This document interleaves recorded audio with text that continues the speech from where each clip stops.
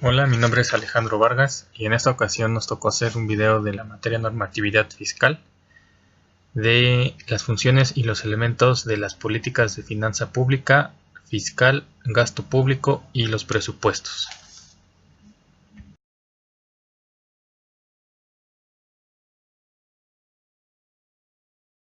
En este presente trabajo hablaremos un poco de la normatividad fiscal. En un subtema del federalismo mexicano es un poco de introducción y es fortalecer y mantener apoyado el sistema nacional mediante el sistema recaudatorio, construido por los tres niveles de gobierno, el federal, el estatal y el municipal, generando unión de intereses y óptica del desarrollo de las metas establecidas para un mejor crecimiento nacional.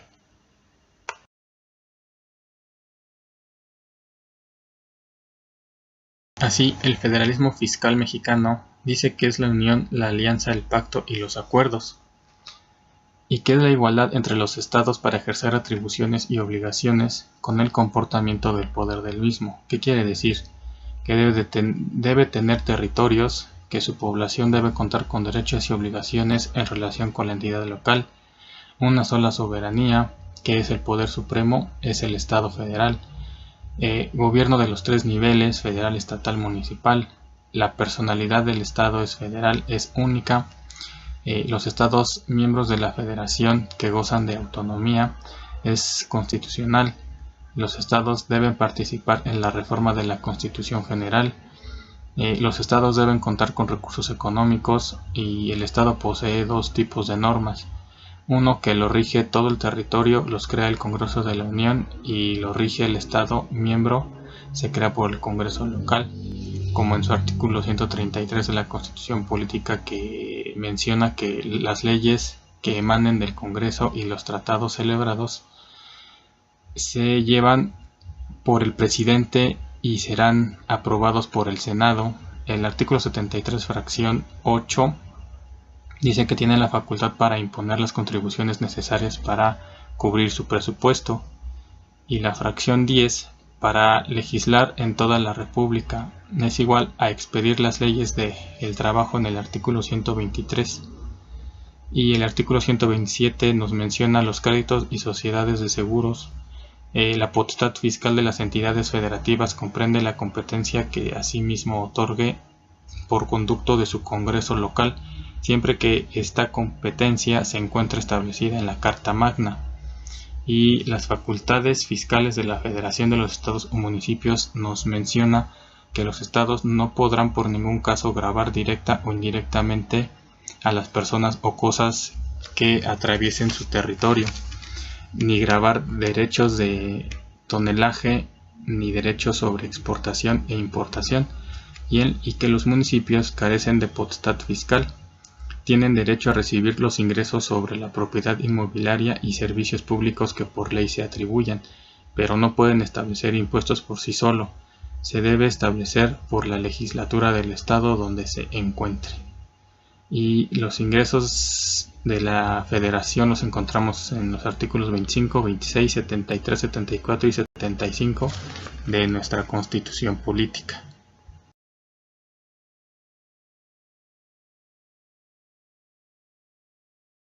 Las finanzas públicas son todos aquellos impuestos que nos cobra el Estado para tener un bien, como mejoras en alumbrado público, en vialidades, en parques y jardines, y nos dice que es la recaudación de impuestos a la población, los cuales serán utilizados en cumplimiento a funciones del sector de la sociedad o del servicio de la sociedad. Es una mayor captación de impuestos, el cual se verá reflejado en inversión estratégica para el desarrollo de la nación. La dependencia encargada de esta recolección pues, es la Secretaría de Hacienda y Crédito Público. Los ingresos y egresos del sector público son los ingresos tributarios, mejor conocido como los impuestos, y de ellos se derivan la recaudación en dos modos. Son directos, que son los grabados directamente por personas físicas y morales o el ISR, y los indirectos, que es la recaudación mediante la compra de bienes y servicios como el IVA. Es el IVA es el porcentaje, o el 16% que nosotros los consumidores tenemos que pagar a Hacienda por la adquisición de algún bien o de un servicio.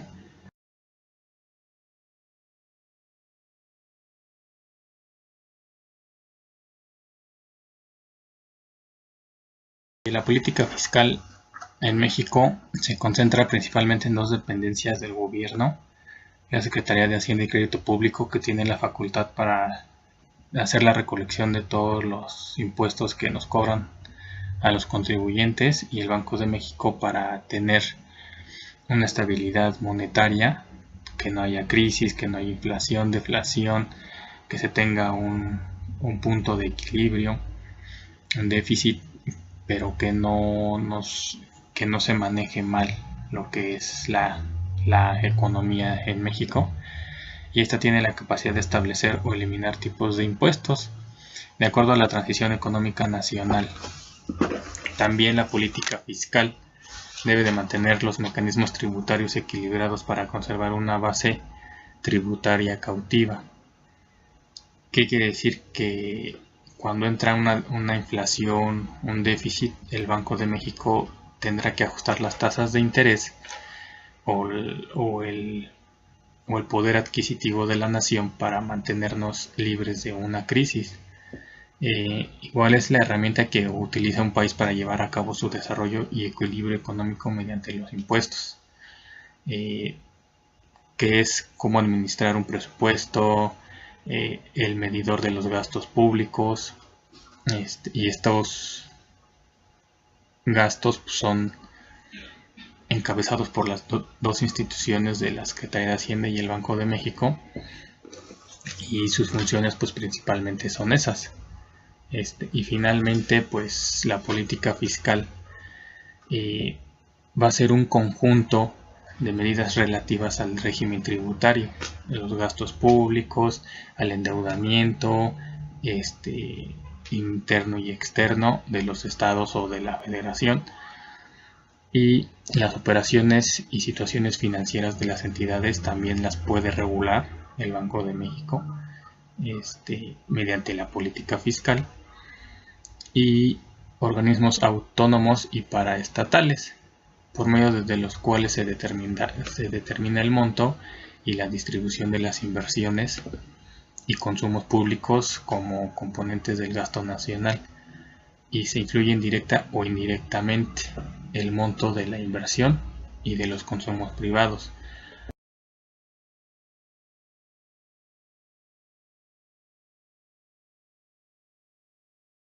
La política del gasto público nos dice en su artículo 74, fracción 4 de la Constitución, que es de acuerdo a las condiciones y posibilidades del país. Tendrá la autoridad para el establecimiento o eliminación de impuestos que garanticen el desarrollo y operación nacional. La preparación de esta política es respaldada por la Ley de Ingresos de la Federación, que cada año se establece y se publica, y se redacta la forma en que se realizará el gasto público. Aquí nos va a especificar el monto total del gasto público y para qué lo van a necesitar. La Secretaría de Hacienda y Crédito Público es el organismo público encargado de ejercer el gasto público con base al artículo 31 de la Ley Orgánica de la Administración Pública Federal, en los cuales nos va a proyectar y calcular los egresos del gobierno federal, haciéndolos compatibles con la disponibilidad de recursos. O sea, no se puede gastar más de lo que tiene y no puede gastar menos de lo que ya hizo su presupuesto. Es el formular el programa de gasto público federal y el proyecto de presupuesto de egresos de la Federación, y es normar, autorizar y evaluar los programas de inversión pública de la Administración Pública Federal, y llevará a cabo las tramitaciones y registros que requiere el control y la evaluación del ejercicio del gasto público federal.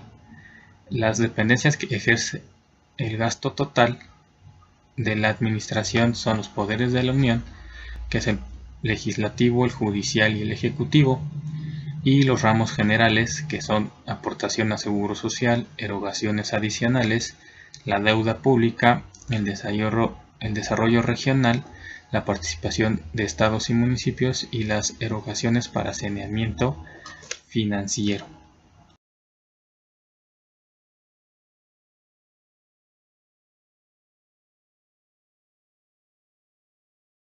Ahora toca el turno de los presupuestos en la Ley de Ingresos de la Federación, que esta nos dice que es la representación de la recaudación y el gasto público, es decir, del gobierno federal, de las empresas y organismos descentralizados, sujetos a un control de un presupuesto. Las finanzas de los gobiernos locales y estatales son reguladas por la Constitución Política de los Estados Unidos Mexicanos y establecen que no puede obtener financiamiento en divisas extranjeras o de gobiernos, corporaciones o individuos extranjeros. Esto es un poco de cómo se hace la recaudación y cómo se hace un presupuesto y por qué ley está respaldada. En la siguiente diapositiva hice un pequeño mapa conceptual con los temas del temario.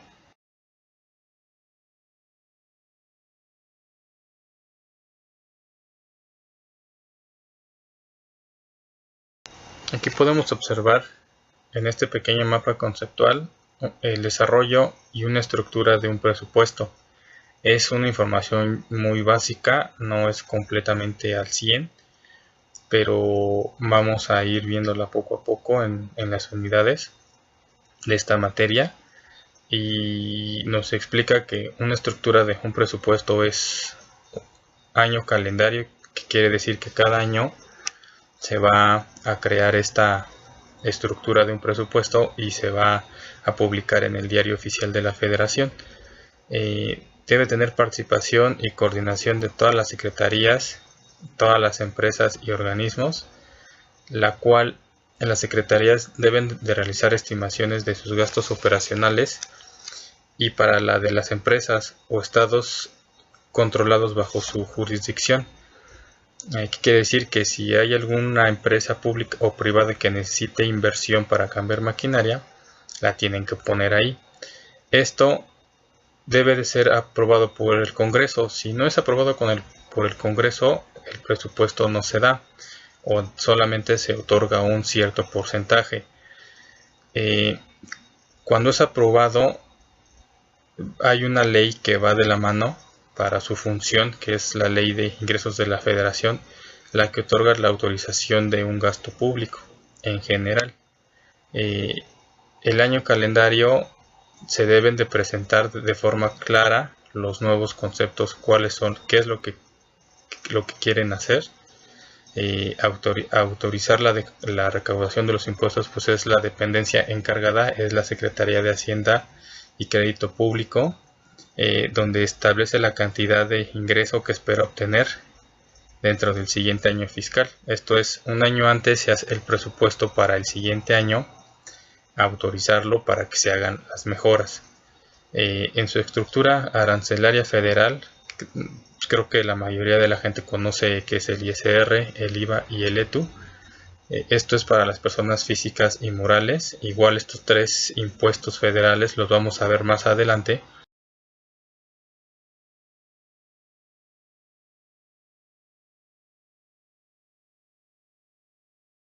Bien, y para concluir esta pequeña investigación de nuestra unidad 1, voy a mencionar solo un dato de la Ley General de Ingresos de la Federación, que es lo que hace, y nos dice que representa un objetivo que direcciona el rumbo del país por la obtención de ingresos, que a través de ellos se cumplían metas de acuerdo a las estrategias que establece el gobierno, para así su importancia y naturaleza de los impuestos.